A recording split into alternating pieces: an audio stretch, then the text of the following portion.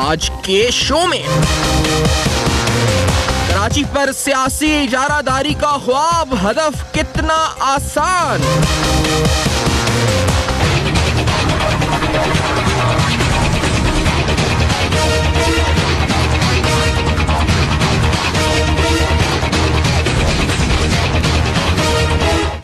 कराची के लिए 14 uplift projects क्या काबिले सत्ताइश। आइंदा इंतखाबात कराची की सबसे बड़ी जमात कौन। अस्सलाम वालेकुम। पस पर्दा हक़ाइक़ सनसनीखेज़ इंकशाफात प्रोग्राम बेनकाब में हूँ आपके साथ सैफान खान। इंतहाई अहम मामला है कराची शहर की सियासी बागदौड़, सियासी आगे जो इंतखाबात होंगे उसमें कौन सी बड़ी जमात उभर कर सामने आएगी। इससे पहले कि मैं दावों पर जाऊँ और आपको दिखाऊँ कि किसने क्या दावे किए और अहम तरीन प्रोग्राम के अंदर इस हिस्से में मजीद आगे बढ़ते हुए सियासी बहस या फिर अपनी जो स्ट्रैटेजीज़ है मुख्तलिफ पार्टीज़ की कराची शहर के हवाले से इस पर बात करें। कराची के हवाले से एक uplift project, mega uplift project जिसको कहा गया है सीएम मुराद अली शाह साहब की तरफ से, और ये उसकी दूसरी किस्त है। पहली किस्त जो अभी मुकम्मल वो कहते हैं हो चुकी है या हो रही है, दौरान इस्पत है उसके 15 दिसंबर या 14 दिसंबर तक मुकम्मल होगी, जिसके अंदर यूनिवर्सिटी रोड, अगर आप कराची में रहते हैं आपने देखिए तारिक रोड है, उसके अलावा और प्रोजेक्ट्स हैं। शारा फैसल को इस वक्त रीफर्निश किया गया, बिल्कुल नए सिरे से इस पर रेनोवेट किया गया। उसके अलावा 15 दिसंबर से जो मेगा प्रोजेक्ट जिनकी लागत 8 अरब रुपए है, जिसके अंदर जो आप इस पर देख भी सकते हैं कि टैंक चौरंगी से लेके सुपर हाईवे तक 350 मिलियन रुपए की लागत से सड़क की तामीर। उसके अलावा 280 मिलियन रुपए से टीपू सुल्तान रोड शारा फैसल से कारसाज को जो मिलाती है, 1500 मिलियन रुपए से टीपू सुल्तान रोड के ऊपर एक पुल की तामीर, 270 मिलियन रुपए से स्टेडियम रोड को चौड़ा करने के या ब्रॉड करने का मंसूबा, 240 मिलियन रुपए से कैंट स्टेशन पर रोड की तामीर, 650 मिलियन रुपए से यानी तकरीबन 65 करोड़ रुपए से फवारा चौक से लेकर अब्दुल्ला हारून रोड तक एक रोड की जो तज़ीन और आराइश है या उसकी तामीर, 200 मिलियन रुपए की लागत से कोरंगी नाला नज़ हबीब बैंक पर वहां पर एक रोड की तामीर, पुल की तामीर, बल्कि उसके साथ साथ 700 मिलियन रुपए से सनसेट बुलेवर्ड से लेकर गिजरी तक जो है इंटरसेक्शन पुल की तामीर, और 200 मिलियन रुपए की लागत से इसके अलावा स्टार गेट्स पर एक जो है इस वक्त रोड की तामीर, और 400 मिलियन रुपए की लागत से बल्दिया टाउन में पानी की सप्लाई को बेहतर। ये बड़ी तवील लिस्ट है।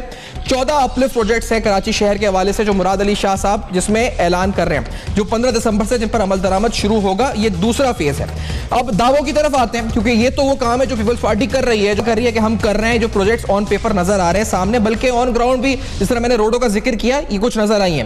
बिलावल भुट्टो साहब जो चेयरमैन है पीपल्स पार्टी के, उन्होंने एक बड़ी अहम बात की। उन्होंने कहा जी कि अगर हमें साफ शफाफ वोटिंग हो कराची में तो पीपल्स पार्टी नंबर 1 जमात उभरेगी पूरे शहर से। जरा सुने कि चेयरमैन पीपल्स पार्टी ने दावा क्या किया है, एग्जैक्ट वर्डिंग्स क्या थे, जरा सुने। पूरा उम्मीद हूँ कि अगर कराची को एक मौका दिया जाए कि वो अपना चॉइस से वोट करे, कराची का असल रिप्रेजेंटेशन आएगा इलेक्शन में, तो फिर मैं यकीन रखता हूँ कि सिर्फ और सिर्फ पाकिस्तान पीपल्स पार्टी ही जीतेगी। अब मसला ये जी कि पाकिस्तान पीपल्स पार्टी जो, क्योंकि इजहारुल हसन साहब जो मुत्तहिदा कौमी मूवमेंट के अहम रहनुमा, उन्होंने कहा है कि ये तो ख्वाब देख रही है, 40 साल तक ऐसा मुमकिन नहीं है। लेकिन बिलावल साहब बड़े कॉन्फिडेंटली ये कह रहे हैं कि अगर साफ शफाफ ओपन वोटिंग हो, वोट्स का चॉइस दी जाए जो कराची के शहरी हैं उनको, तो पीपल्स पार्टी नंबर 1 जमात उभरेगी। अब इस दावे की हकीकत क्या है और आगे चल के अवाम क्या कहते हैं और आगे चल के आपको मुख्तलिफ जो और मामलात है पीपल्स पार्टी के अंदर के वो भी आपको बताएंगे। लेकिन मेरे साथ मौजूद है सेनेटर करीम ख्वाजा साहब, सीनियर रहनुमा पाकिस्तान पीपल्स पार्टी के इस्लामाबाद में, रियाजुल हसन चौहान साहब जो कि डिप्टी सेक्रेटरी इत्तलात है, पाकिस्तान तहरीक इंसाफ 8 से 10 लाख वोट कराची से 2013 के इलेक्शन में ले चुकी है, तो आप हमें इस्लामाबाद में ज्वाइन कर रहे हैं। वकार हुसैन शाह साहब जो कि मुत्तहिदा कौमी मूवमेंट के एमपी और जिम्मेदार है मरकजी, हमें ज्वाइन कर रहे हैं कराची स्टूडियोज में। तीनों शख्सियात बहुत शुक्रिया आपने ज्वाइन किया। करीम ख्वाजा साहब, कॉन्फिडेंट की वजह क्या है? इजहारुल हसन साहब कहते हैं कि सईद गनी साहब ने शायद कोई ख्वाब दिखा दिए या एक ऐसा इमेज बिल्ड कर दिया कराची शहर का PA 114 के बाद, जिसकी वजह से बिलावल ओवर कॉन्फिडेंस हो गए, तो वो कह रहे कराची हमारा हो जाएगा, नंबर 1 पार्टी हम होंगे। तो ये क्या ओवर कॉन्फिडेंट है उनका, क्या है ये, क्या सिलसिला है आखिरकार? करीम ख्वाजा साहब।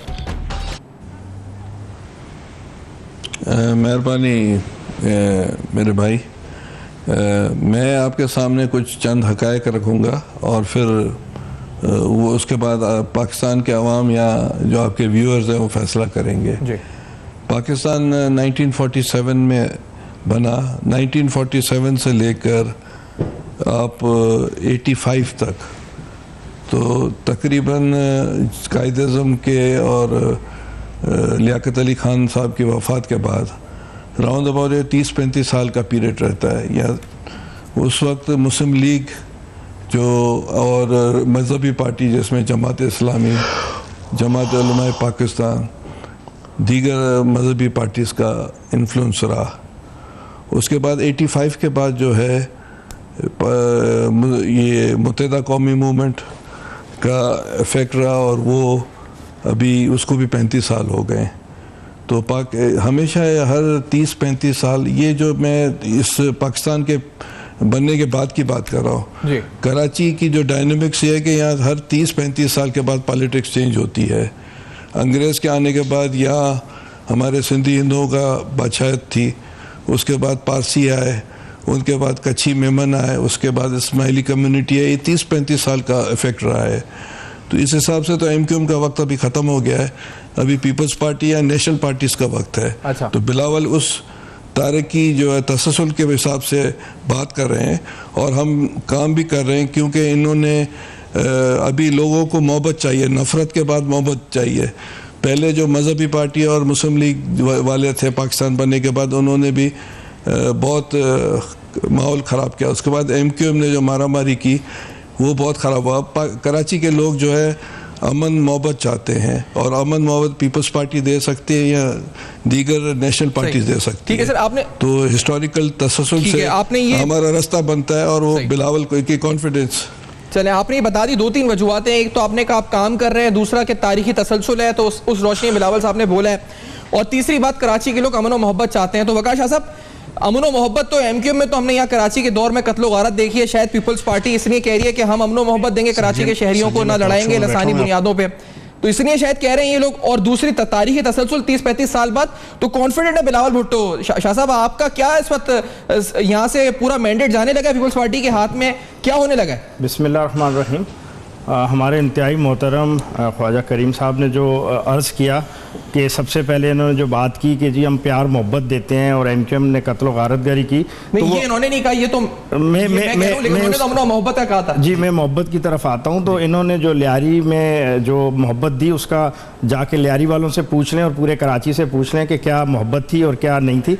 और बाकी जहाँ तक तारीख़ का ताल्लुक़ है, तो तारीख़ जो है वो सबके सामने है कि आने वाली तारीख़ जो है वो नकूश मिटा देगी पाकिस्तान पीपल्स पार्टी के, इसलिए कि यहाँ की आवाम, सिंध की जो आवाम है, कराची को तो आप छोड़ दें, आप इंटीरियर सिंध में अगर चले जाएं, सिंध के हमारे वो भाई जो कि अरसे दराज से रोटी कपड़ा और मकान के नारे की तरफ देख रहे हैं, आज वो भी इतने बेजार और तंग आ चुके हैं कि ये तो कराची की बात करते हैं, ये सिंध में देहातों में अपनी सीटों को बचा लें तो मैं समझता हूँ बड़ी बात है।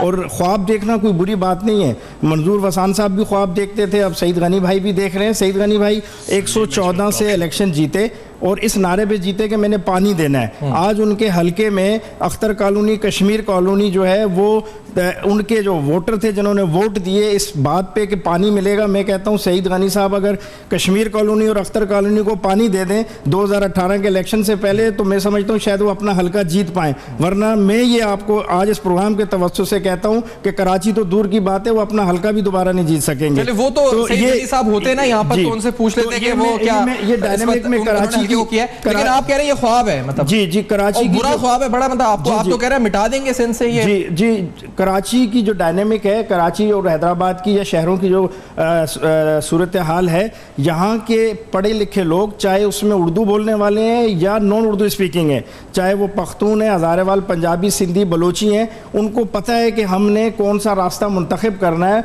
और हमारी सिमत किस तरफ दुरुस्त है और कहाँ से हमें मिल सकता है। देखिए पीपल्स पार्टी अगर डिलीवर करती तो 10 साल से इनके पास हुकूमत थी, ये एक पीने का साफ पानी तक नहीं दे सके इस शहर को, तो ये कराची पे हुकूमत करने की बात करते हैं। 14 मंसूबों का बताया, तो ये आप समझते हैं ये रोडों की तामीर, रीफर्निशिंग, उनको रेनोवेट करना, ये आपको ये लगता नहीं कि इससे कुछ भी, इसमें 400 मिलियन रुपीस बल्दिया टाउन के लोगों को पानी की सप्लाई के लिए भी रखे? देखिए रखे तो हुए हैं, ये कहते हैं कि ना 9 मन तेल होगा ना राधा नाचेगी। मुझे तो ये समझ नहीं आती कि इस वक्त नवंबर में जाके ये अनाउंस कर रहे हैं, गवर्नमेंट को 6 महीने भी नहीं रह गए, अगर हम देखा जाए तो मई 30 को खत्म हो जाएगी तो इन 6 महीनों में कौन सा ऐसा अलादीन का चिराग होगा कि ये प्रोजेक्ट कंप्लीट कर लेंगे। ये तो सिर्फ इलेक्शन 2018 के लिए आवाम को लॉलीपॉप देने की एक तैयारी है, और वो लॉलीपॉप अब आवाम आसानी से नहीं खाएंगे। अच्छा, आवाम को पता है, आवाम को बड़ा दावा शाह साहब ने आपने कर दिया है। आप कहते हैं कि हम इस वक्त सिंध से ही उनकी तारीख ही मिटाने लगे पीपल्स पार्टी की। तो चौहान साहब, इमरान खान साहब भी ये दावे कर रहे थे जब जलसे कर रहे थे सूबे सिंध में।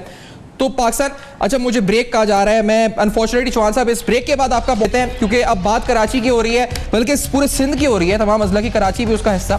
तो क्या सियासत का मंजरनामा होने लगा है? दावों की इस वक्त सियासत उरूज पर है। आपको बताएंगे कि इजहार हुसैन साहब ने भी क्या कहा था इस जवाब में, बिलावल साहब के सवाल के जवाब में। इस ब्रेक के बाद हमारे साथ रहेगा।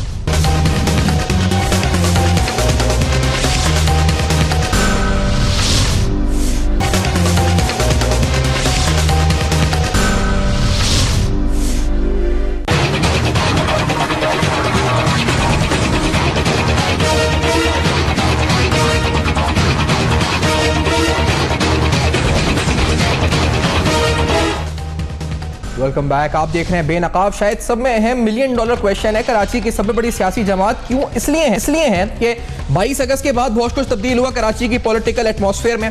उसके बाद तसलसल के साथ PHP, MQM धड़े, MQM के मुख्तलिफ जो बने वो मंजरनाम सामने रखें, फिर उर्दू वोट बैंक की तकसीम, ये तमाम चीज़ें हैं बड़ी अहम, जिसके बुनियाद पर यह सवाल अब उठ रहा है कि कराची शहर की सबसे बड़ी जमात है कौन? बिलावल साहब ने कहा अगर इंडिपेंडेंट वोट हो तो हम हैं सबसे बड़ी जमात पीपल्स पार्टी कराची शहर की। मैंने मंसूबे आपको गिनवा दिए, 14 अपलिफ्ट प्रोजेक्ट्स भी अभी इन्होंने रखे हैं कराची शहर के लिए। इससे पहले कहते हैं और मंसूबे भी हमने रखे हुए थे, पानी भी है, रोड भी है इसके अंदर। खैर, इस पूरी सूरत हाल में पाकिस्तान तहरीक इंसाफ, चौहान साहब, क्योंकि अभी यहाँ पर वकार शाह साहब ने कहा हम सिंध से पार्टी मिट जाएगी, इस तारीख में जो तारीख से मिट जाएगी सिंध की इलेक्टोरल पॉलिटिक्स से, यही दावे खान साहब करते रहते हैं। चौहान साहब, तो क्या आप लोगों की स्ट्रेटेजी क्या है PTI की कराची के हवाले से और ओवरऑल सिंध के हवाले से? बिस्मिल्लाहिर्रहमानिर्रहीम। सफ़ान, आपको इल्म है कि पिछले इलेक्शन में खान साहब सिर्फ 2 विज़िट किए थे खान साहब ने कराची के, वो भी बड़े हैज़र्ड हौच पौच किस्म के थे और बड़े शॉर्ट टाइमिंग के थे, क्योंकि सारी तवज्जो खान साहब की पंजाब और KP की तरफ रही थी। लेकिन उन 2 विज़िट्स की बुनियाद पे भी हमने अपने मुखालफीन को हैरान कर दिया था कि 10 लाख वोट जो है वो हमने वहाँ से लिए। इस दफ़ा अल्लाह पाक के फजल करम से जो पिछले 2 सालों में पुलों के नीचे से जो है ना, वो पानी नहीं, बहुत सा दरिया और समुंदर बह चुके हैं पुलों के नीचे से। जनरल राहिल शरीफ के सरसद के, जनरल रिजवान के सरसद के, जनरल बिलाल अकबर के सरसद के, यहाँ पर अब ना भुताखोरों की सियासत है, ना मंशियात फरोशों की सियासत है, ना बोरीबंद लाशों की सियासत है, ना कत्लो गारत गरी की सियासत है, ना राधा आओ मिल के खाएं आधा आधा के मजदाक पीपल्स पार्टी और MQM की सियासत है। अब यहाँ पर बहुत से हालात मुख्तलिफ हैं। फिर दूसरी तरफ सबसे मकरूह फैक्टर, आप जो हालात देख रहे हैं, बिलावल साहब कुछ और तरह देख रहे हैं। इल्ताफ हुसैन की सूरत में सुने जी, बिलावल साहब तो कुछ और तरह देख रहे हैं। सूरत में सबसे मकरूह फैक्टर था, वो भी एलिमिनेट हो चुका है। तो मैं अब आपको एक चीज बताऊं, इस दफा इंशाल्लाह हम हैरान नहीं, हम इंशाल्लाह अपने मुखालिफिन को परेशान भी करेंगे। इमरान खान और PTI जो है वो परेशान करके रख देगी। वजह उसकी क्या है? पिछले 10 सालों में MQM और पीपल्स पार्टी ने मिलकर जो 15,000 से ज्यादा शहरियों को शहीद हुए, जो यहां पे सैकड़ों नहीं हजारों अरब रुपए की लुटमार पिछले 10 सालों के अंदर खसूसन आपकी हुई, जो मंथली और जो भुत्ताखोरी और जो कत्लो गारतगरी, सिंपल इस वक्त पीपल्स पार्टी के 26 हाजिर और साबिक जो है वो आपके वजीर और मशीर, वो इस वक्त जो है वो करप्शन और नैब के जो है ना वो शिकंजे के अंदर हैं।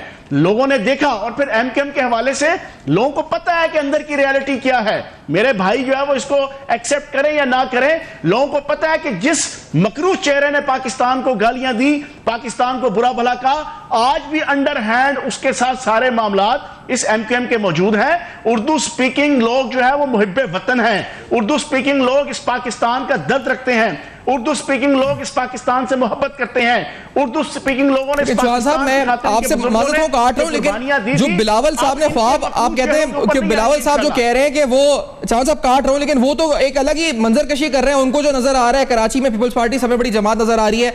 यहाँ वकार साहब MQM की तरफ से कहते हैं कि हम इस वक्त आगे आ रहे हैं, तो आपको अपना नजर आ रहा है, सबको ख्वाब में अच्छी चीजें नजर आती है ना चौहान साहब अपने अपने बारे में? ख्वाब की बात नहीं है जी। आप इस वक्त रूल ऑफ लॉ के ऊपर, इस वक्त आप इलेक्शन कमीशन को इम्पार्शियल करके, इस वक्त आप फौज और आपके एनफोर्समेंट एजेंसीज के मातहत इलेक्शन करवाएं जो 100% फ्री एंड फेयर हो, 100%। उसके ऊपर कोई इनकी सिंध हुकूमत कोई इनकी जो है वो कराची की गवर्नमेंट का असर रसूख ना हो, तो आपको रिजल्ट खुद समझ आ जाएगा कि इमरान खान और पीटीआई से लोगों की कितनी मोहब्बत है, और इन मकामी पार्टियों की जिन्होंने पिछले 40 सालों में कराची की आवाम को जो है वो फाकों, डाकों, धमाकों, नाकों, चाकों, कत्लो गारतगरी, भुत्ताखोरी, मंथलियों और जो है वो लड़ाई झगड़े और कत्लो गारतगरी के अलावा कुछ नहीं दिया। लोग आपको फैसला करके बता देंगे कि लोग पीटीआई के साथ, इमरान खान के साथ खड़ा होना चाहते हैं। अभी तो इनकी हुकूमत है ना, हुकूमत है, वो खत्म कर दें। इम्पार्शियल जो है वो आप यहाँ पे इलेक्शन और हुकूमत लेकर आए तो आपको पता चल जाएगा दूध का दूध और पानी का पानी। सही। अच्छा करीम ख्वाजा साहब, मैं वकार शाह साहब ने भी जो बातें की थी, चौहान साहब ने भी बातें की थी, इससे पहले इजहारुल हसन साहब ने भी जो कहा है ना बिलावल साहब के बारे में, वो सुना के फिर आपका रिस्पॉन्स है इन तीनों मामलात पर। इजहारुल हसन साहब, ख्वाजा साहब क्या कहते हैं, और वो बिलावल की जो ये इन्होंने विजन पेश किया कराची के हवाले से, इस पर एतराज करते हैं, तनकीद करते हैं, जरा सुने उनकी स्टेटमेंट क्या थी इस बारे में। सईद गनी साहब को मैं बताना चाहता हूं कि आपका कराची पर सियासी कब्जे का ख्वाब कभी भी पूरा नहीं होगा। 40 साल और पीपल्स पार्टी कराची में इंतखाबात लड़ ले, कराची पे उनके सियासी कब्जे का ख्वाब कभी भी पूरा नहीं होगा। और जिस तरीके से वो दावे कर रहे हैं, तो सिंध के सांगड़ में जब पीने का पानी नहीं है, लियारी में बल्दियाती इंतखाबात में 7 यूसीओ में आपको नुमाइंदे नहीं मिले, तो कराची में कौन वोट देगा आपको? आपको तो लियारी की सीट निकालना अजाब हो गया है। आपके तो लियारी के अंदर इंतखाबात में हिस्सा कौन लेगा ये तय नहीं हो सक रहा आपकी पार्टी के अंदर। लियारी 3 हिस्सों में बढ़ गया। तो पहले लियारी को बचाएं, जो मोहतरमा की कॉन्स्टिट्यूएंसी है उसको बचाएं, और उसके बाद फिर कराची के ऊपर इंतखाबात लड़ने की बात करें। जी सेनेटर करीम ख्वाजा साहब पाकिस्तान पीपल्स पार्टी से, आप क्या जवाब देंगे इस बारे में? 40 साल तक ख्वाब पूरा होता नजर नहीं आता, लियारी की सीट बचती हुई नजर नहीं आती इजहारुल हसन साहब को, और चौहान साहब ने पीटीआई का दावा किया है, वकार साहब ने भी यहाँ यही बात बोली है। क्या कहेंगे करीम ख्वाजा साहब? देखिए, बिलावल का जो ख्वाब है वो हकीकत में जुल्फ़कार अली भुट्टो ने कराची में 71 से काम शुरू किया। यहाँ जो कराची को जो मोस्ट मेगा प्रोजेक्ट्स है, जिसमें स्टील मिल है, जिसमें पोर्ट कासम है, जिसमें लाखों लोग कराची के, जुल्फ़कार अली भुट्टो को क्रेडिट जाता है कि लाखों लोग कराची और सारे पाकिस्तान से ओवरसीज़ गए, मिडिल ईस्ट गए, ये भुट्टो साहब ने शुरू किया था। और वहाँ से पैसे आए, वहाँ से स्टैंडर्ड ऑफ लिविंग कराची के लोगों का भी बढ़ा और सारे पाकिस्तान के भी बढ़ा। दीगर जो है स्कूल कॉलेजेस कराची में, सिंध मेडिकल कॉलेज जुल्फ़कार अली भुट्टो ने दिया, दीगर अब्बासी शहीद हॉस्पिटल जुल्फ़कार अली भुट्टो ने दिया। तो भुट्टो साहब का बिलावल उसी का तसलसल है। बेनज़ीर ने फ्लाईओवर शुरू किए, तो बिलावल भी अपने अभी जो मेगा प्रोजेक्ट है वो बिलावल की वजह से मिल रहे हैं। जहाँ तक ताल्लुक़ है हमारे MQM के दोस्तों का, तो इन्होंने तो नफ़रतें दी, इन्होंने तो एक कम्युनिटी के लिए काम किया, उनको भी इन्होंने जो है बड़ा तंग किया, खून रेजी की और एथनिक बुनियाद पर सारी इन्होंने पॉलिटिक्स की। जहाँ तक इमरान खान और हमारे जो PTI के दोस्त का ताल्लुक़ है, तो इमरान खान जब भी आता है कराची उसको 100 दफ़ा आना चाहिए, हमारी तरफ से मोस्ट वेलकम है, पाकिस्तान के हर आदमी को आना चाहिए। मगर इमरान खान उर्दू स्पीकिंग इलाकों में कभी भी नहीं जाते हैं।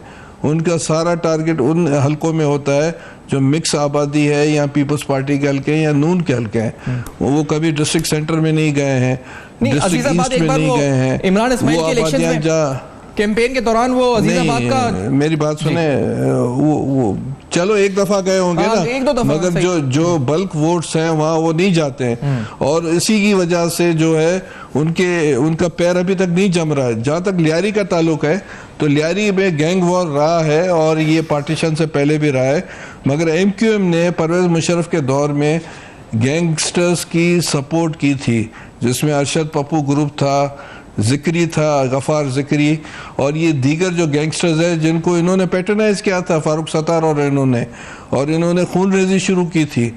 तो ये किस तरह लियारी के गैंग वॉर में का हिस्सा नहीं रहे हैं? इन्होंने बतागिरी के लिए खुद स्टार्ट की थी चीज़ें। इस वक्त law enforcing agencies along with civil governments चीज़ों को कंट्रोल किया है, कराची अब मोहब्बतों की तरफ से जा रहा है। जब नफरतें, खून खराबे ख़त्म होते हैं उस वक्त मोहब्बतें आती है। तो इस वक्त कराची में मैं जो देख रहा हूँ वो पीपल्स पार्टी और नेशनल पार्टीज की पॉलिटिक्स देख रहा हूँ। अच्छा, लेकिन अभी चौहान साहब ने कहा था कि 15,000 जो कत्ल हुए उसकी पीपल्स पार्टी और एमक्यूएम दोनों जिम्मेदार थी कराची में, जो अभी चौहान साहब ने कहा। तो आप कहते हैं ये एमक्यूएम थी जो लियारी गैंग वॉर, ये सारी चीजें, इसलिए लोग वोट नहीं देंगे इस 2018 में? देखें मैं आपको बताऊं, एमक्यूएम को बनाया गया इस बुनियाद पर बनाया गया जो गल्फ में जो है हांगकांग जा रहा था, तो बनाया गया कि भाई यहाँ सिर्फ ये एक अलग मुल्क बने। और उसको 92 में जब अमेरिका और यूरोप आ गया गल्फ में तो इनकी तबाही शुरू हुई। तो अब वो जिस बुनियाद पर ये तंजीम बनी थी वो ख़त्म हो गई। अब गल्फ में अमेरिका आ गया है, एथनिक बुनियाद पर इनको अलग मुल्क बनाना था, इस बुनियाद पर एमक्यूएम का बुनियाद रखा गया 85 में, वो 92 के बाद ख़त्म होना शुरू हो गया।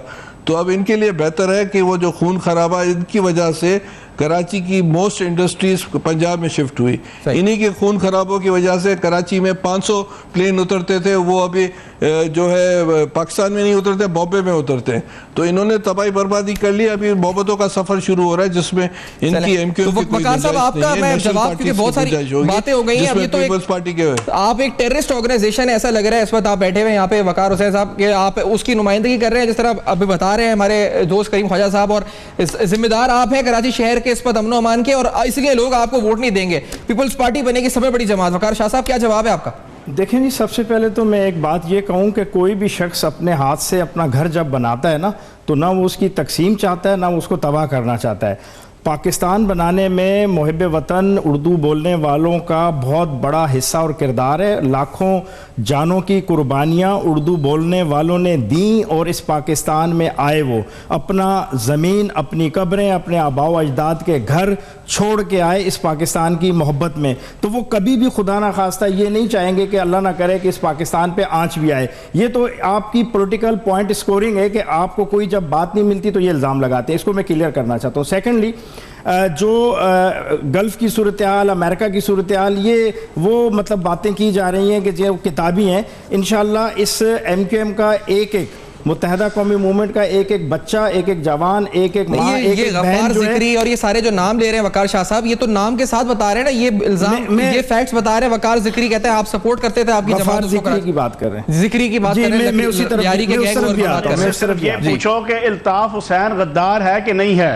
मैं चौहान साहब, मैं आपकी बात का जवाब जरूर दूंगा, आपका जवाब दूंगा, आप अपनी बारी पे बात कीजिएगा। तो कहा है कि आपकी पार्टी अभी भी सपोर्ट करती है अल्ताफ हुसैन को, इसलिए लोग वोट नहीं देंगे कराची में। देखें जी, बात ये है, मैं अब चौहान साहब की बात का जवाब देता हूं। जब चौहान साहब बात कर रहे तो मैं बिल्कुल खामोश बैठा था, तो ये बीच में चौहान साहब काइंडली डिस्टर्ब मत कीजिएगा।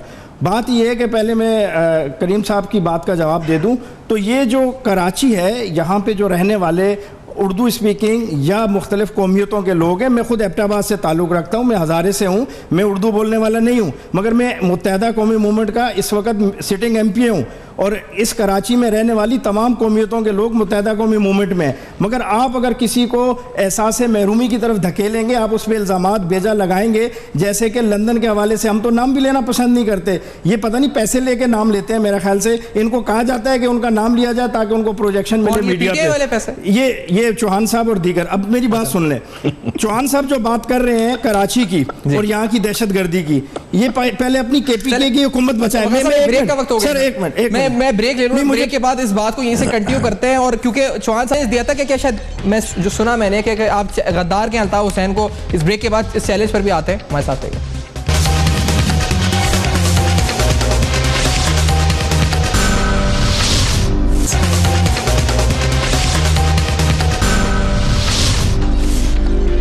Welcome back. आप देख रहे हैं बेनकाब। अहम तरीन सवाल, कराची शहर की सबसे बड़ी जमात आइंदा इंतखाबात में कौन सी होगी, ये तो आवाम बताएंगे, लेकिन दावे आना शुरू हो गए हैं। और दावे, विजन, ख्वाब, कुछ भी कह लें, हर जमात कहती है कि हमारा वोट बैंक होगा सब में स्ट्रॉन्ग। ये हो क्यों रहा है?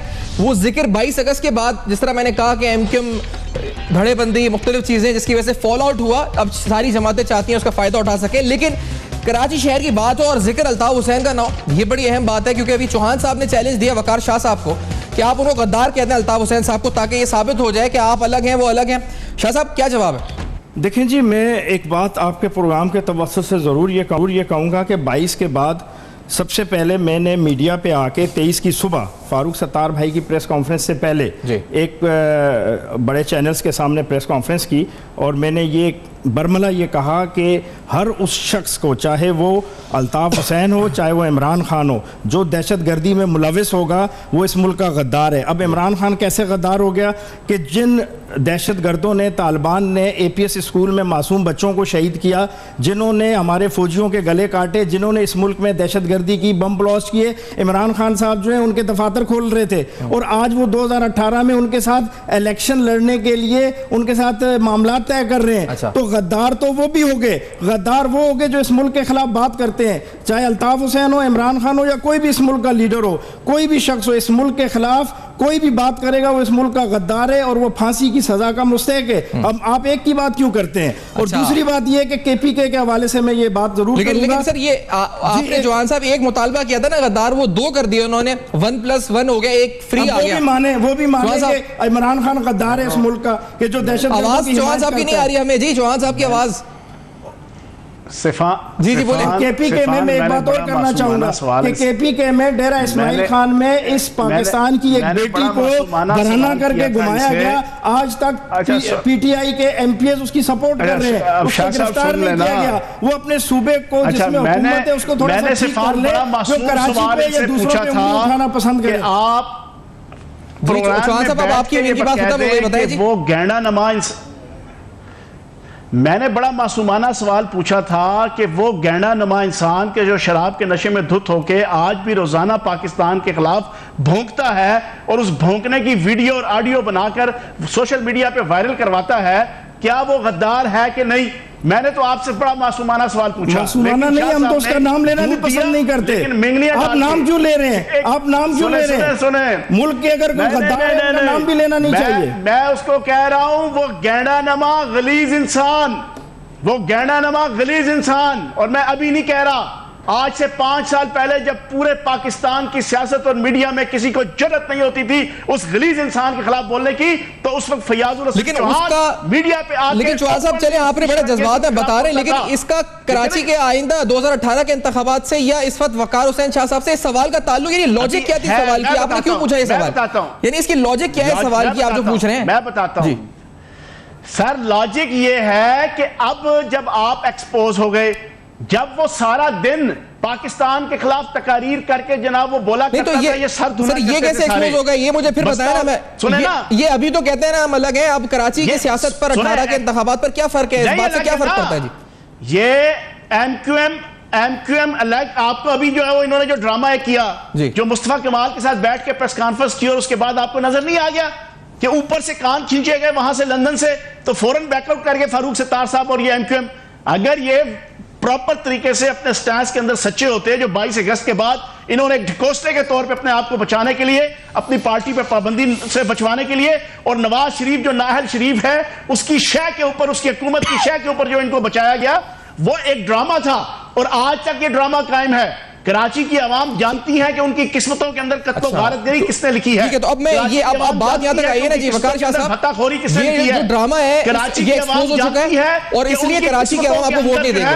बेरोजगारी, ये वकार शाह साहब सिंपल बात है ना कि आप एक ऐसे गद्दार को सपोर्ट कर रहे हैं जो बकौल चौहान साहब आप सपोर्ट कर रहे हैं, तो इसलिए लोग आपको वोट नहीं देंगे। ये अब ये क्लैरिटी के साथ टॉपिक से रिलेट करते हुए बात ये बन रही है कि इसलिए आप 18 के इंतखाबात हारेंगे। देखिए जी, बात ये है कि मैं तो ये कहता हूं कि चौहान साहब जरा अपने गिरबान में झांके कि शाह महमूद कुरैशी साहब भादराबाद पे क्या करने के लिए अपनी टीम के साथ आए थे। अगर हम इस मुल्क के गद्दार हैं, अगर हम दहशतगर्द हैं, तो वो हमारा साथ देने के लिए हमसे भीख मांगने क्यों आए थे? इसका मतलब है चोर का साथी चोर गिरा होता है। तो आप तो सबसे बड़े दहशतगर्द और गद्दार हो इस मुल्क के। आप इलेक्शन की बात करें, इलेक्शन में 2013 में जो आपको 8 लाख वोट मिले थे, 2015 के बलदियाती इलेक्शन में आपकी जमानतें जब्त हुई हैं, आपको 78,000 टोटल वोट मिले हैं यहाँ से। और 2018 में आप देखिएगा ये 2 सीटें आपने ली है टोटल सिंध से पूरे से, तो 2018 में आप एक भी सीट नहीं ले सके। 8 लाख वोट पड़े ना, 8 से 10 लाख वोट पड़े थे वकार साहब, ये वोट तो था 2013 में पड़े, 2015 के बलदियाती इंतखाबात में वो वोट बैंक कहाँ चला गया?